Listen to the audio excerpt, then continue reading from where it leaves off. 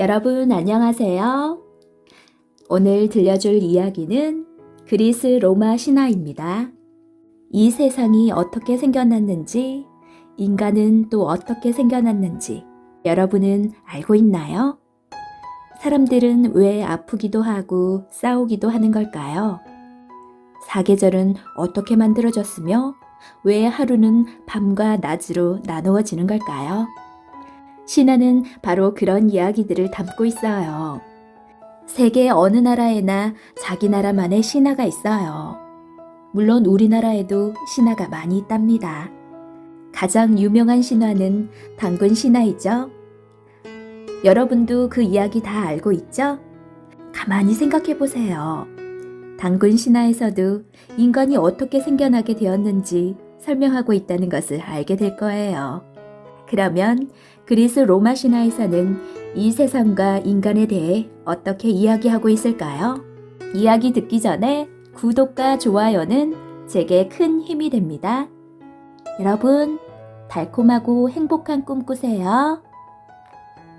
세상과 인간이 생겨난 신기한 이야기. 세상은 맨 처음 어떻게 시작되었는지, 사람은 어떻게 태어났는지 궁금해요. 그리스 로마 신화에서 그 답을 알아볼까요? 맨 처음 이 세상에는 아무것도 없었습니다. 그냥 모든 것이 뒤죽박죽 뒤섞여 있었다고 해요. 그런데 아래쪽에서 울룩불룩 땅의 여신 가이아가 생겨나고 위쪽에서는 뭉글뭉글 하늘의 신 우라노스가 생겨났습니다. 가이아와 우라노스는 도대체 어떻게 생겼을까요? 그리고 땅과 하늘의 신이라니 얼마나 컸을까요? 아무튼 둘 사이에서는 자식들이 많이 태어났습니다. 그 중에서는 사랑스럽고 자랑스러운 자식들도 있었지만 못난이에다가 말썽만 부리는 자식들도 있었습니다. 심지어 괴물들도 많이 태어났어요. 하늘의 신 우라노스는 마음에 들지 않는 자식들을 모두 지하 감옥에 가두어 버렸습니다. 땅의 여신 가이아는 몹시 슬퍼했습니다. 가이아는 나머지 자식들을 불러놓고 말했습니다. 아무리 못나고 말썽꾸러기라고 해도 그 애들은 너희 형제들이야. 그런데 너희 아버지는 어떻게 그럴 수 있단 말이니? 그러자 모두 수군거리기 시작했습니다. 아버지는 정말 너무해. 우리도 지하 감옥에 갇히게 될지 몰라. 그중 크로노스가 벌떡 일어나 말했습니다. 우리가 먼저 아버지를 몰아내면 되잖아. 크로노스는 마침내 아버지 우라노스를 몰아내고 세상을 지배하게 되었습니다. 그러나 괴물 형제들은 여전히 지하 감옥에 갇혀 있었습니다. 어머니인 가이아가 부탁해도 소용없었습니다. 괴물 형제들을 풀어놓았다간 이 세상이 엉망이 될 것 같았기 때문입니다. 세상을 지배하게 된 크로노스는 자기 자식들도 자기에게 덤빌까봐 두려웠습니다. 그래서 아내가 아기를 낳을 때마다 그 아기를 꿀떡꿀떡 삼켜버렸습니다. 그런 식으로 5 아이를 잃은 크로노스의 아내는 6번째 아기를 낳자 크로노스의 어머니이자 땅의 여신인 가이아에게 도움을 청했습니다. 그러자 가이아는 6번째 아기를 숨겨주었습니다. 크로노스의 아내는 아기 대신 아기 옷으로 둘둘만 돌멩이를 크로노스에게 주었습니다.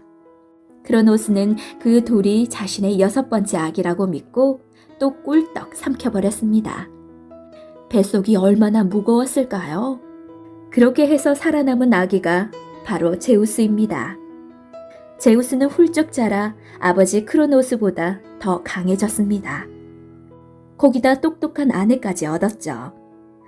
어느 날 제우스는 자기에게 형과 누나들이 5이나 있었다는 이야기를 듣고는 몹시 놀랐습니다. 그리고 형제들을 찾아야겠다고 마음먹었습니다. 제우스의 아내는 그런 제우스를 위해 먹은 것을 모두 토하게 하는 약을 만들어 주었죠. 제우스는 그 약을 크로노스에게 갖다 주었고 약을 먹은 크로노스는 제우스의 형제들을 모두 토해냈습니다. 제우스는 그 형제들과 힘을 모아 아버지 크로노스를 몰아내기 위한 싸움을 벌였죠. 크로노스도 자기 형제들을 모두 불러 모았죠.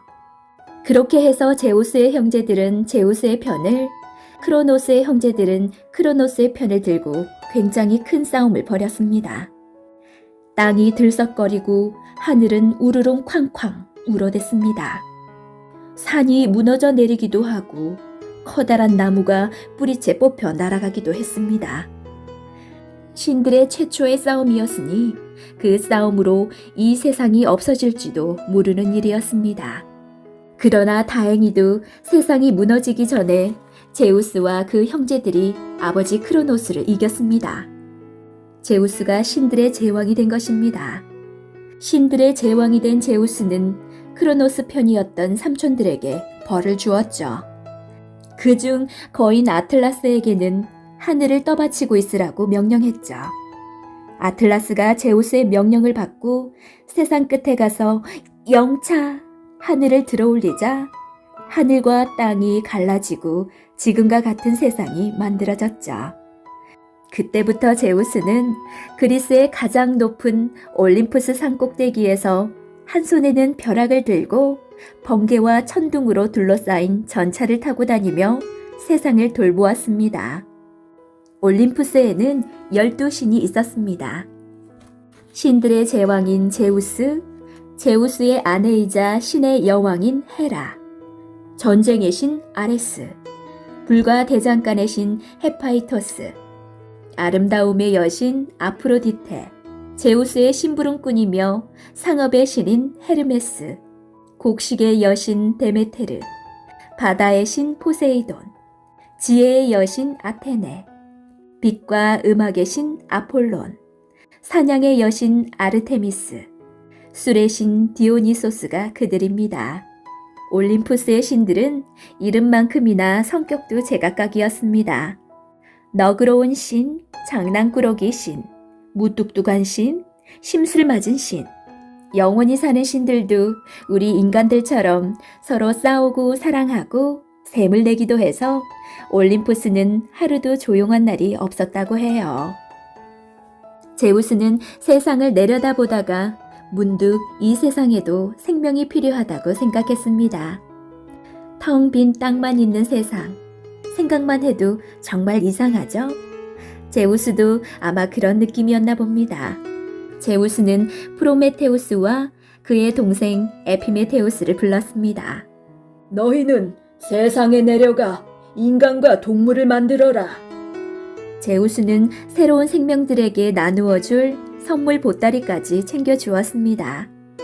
그 속에는 빨리 달리는 능력, 냄새를 잘 맡는 능력, 날카로운 이빨과 발톱, 단단한 가죽 등의 선물이 가득가득 들어있었습니다.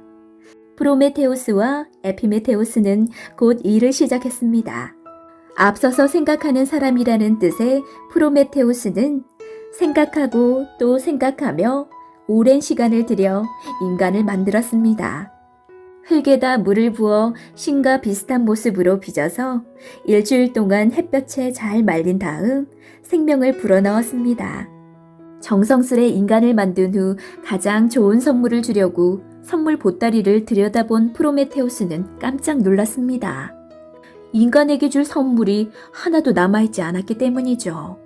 나중에 생각하는 사람이라는 뜻의 에피메테우스가 닥치는 대로 온갖 동물들을 만들어내고 제우스에게 받은 선물 보따리를 풀어 이런저런 선물들을 다 나누어 줘 버렸던 것입니다. 에피메테우스가 만든 동물들을 보니 커다랗고 날카로운 이빨에 빠른 발, 추위에 잘 견디는 털, 가죽 등을 갖고 있었죠. 그에 비하면 인간은 너무나 약한 모습이었습니다. 이를 어쩌지? 이대로 그냥 두면 인간은 살아남지 못할 거야. 며칠 동안 고민하던 프로메테우스에게 마침내 좋은 생각이 떠올랐습니다. 그래, 불만 가지면 인간들이 이 세상의 주인이 될 거야. 그러나 불은 그 당시 신만이 가질 수 있는 특별한 것이었습니다. 프로메테우스는 며칠을 두고 망설였죠. 하지만 굳은 결심을 하고 아폴론의 마차에서 몰래 불을 훔쳐와 인간에게 주었죠. 프로메테우스의 생각대로 불을 갖게 된 인간은 점점 강해졌습니다. 동물들도 불을 가진 인간을 슬슬 피했습니다.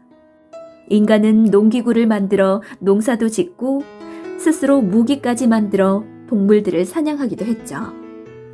인간은 이 세상 어떤 동물보다 강하고 똑똑해서 점점 더 나은 생활을 할 수 있게 되었죠. 어느 날 이 사실을 알게 된 제우스는 몹시 화가 났습니다. 그래서 신의 규칙을 어긴 프로메테우스를 잡아들였습니다. 제우스는 신의 제왕이었으므로 프로메테우스를 당장 죽일 수도 있었지만 그러지 않았습니다. 대신 오래도록 고통을 당하게 하는 방법을 택했죠.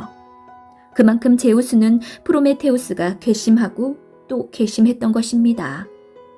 제우스는 프로메테우스를 세상의 끝인 카우카소스 산꼭대기로 끌고 가 무거운 쇠사슬로 묶었습니다.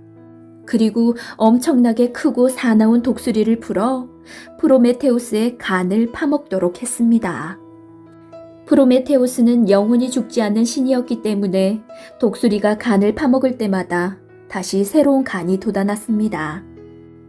그러면 독수리는 다시 파먹고 다시 간이 나고 또 파먹고, 비록 신이기는 했지만 프로메테우스는 너무나 아팠습니다. 그런 프로메테우스를 보자 그제야 기분이 조금 나아진 제우스가 너그러운 듯 말했습니다. 만약 신들 중에 누군가 형벌을 대신 받겠다고 하면 너를 풀어주겠다. 또 인간들 중 누군가 저 독수리를 무찌르고 사슬을 풀어준다면 그때도 너를 용서해주겠다. 하지만 그건 불가능한 일이었습니다. 신들 중 누가 평생 그런 고통을 받고 싶겠어요? 그리고 인간들 중 누가 제우스의 독수리를 이길 만큼 강하겠어요? 그러나 제우스조차 불가능하다고 믿었던 일들이 오랜 시간이 지난 후 사실로 나타나게 됩니다.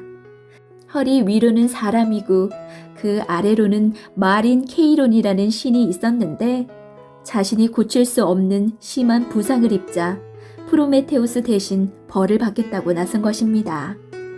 또 인간 중 가장 강한 헤라클레스라는 사람이 12가지의 모험을 하다가 제우스의 독수리를 죽이고 프로메테우스의 사슬을 끊어주었던 것입니다.